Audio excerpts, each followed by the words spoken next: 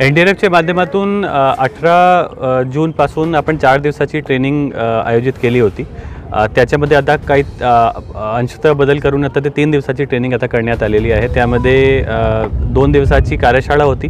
त्यामध्ये जे सर्व डिपार्टमेंटचे लोक होते, त्यामध्ये महसूल विभाग, जिल्हा परिषद, पोलीस विभाग आणि महानगरपालिका चारही डिपार्टमेंटचे लोकांनी सहभाग घेतला आणि जवळजवळ 100 लोकांना आपण फर्स्ट रेस्पॉन्डर्स म्हणून एनडीआरएफच्या वतीने एकदम टेक्निकल पद्धतीची ट्रेनिंग आपण त्यांना दिलो आहे।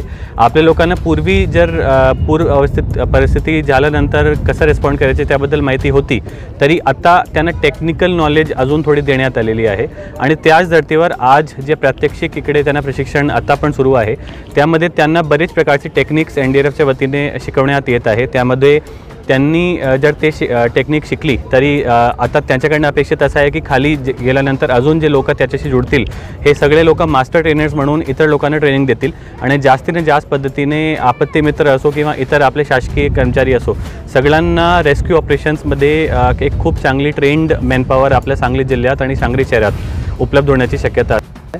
कि फ्लड के दौरान हमें कम्युनिटी अवेयरनेस किया गया। फ्लड के दौरान कैसे कैसे आप जब तक लोकल प्रशासन आप तक पहुंचता है उससे पहले हम लोग कैसे लोगों को बचा सकते हैं, कैसे सर्वाइव कर सकते हैं, तो कम्युनिटी को जागरूक करने के लिए ये प्रोग्राम रखा गया है।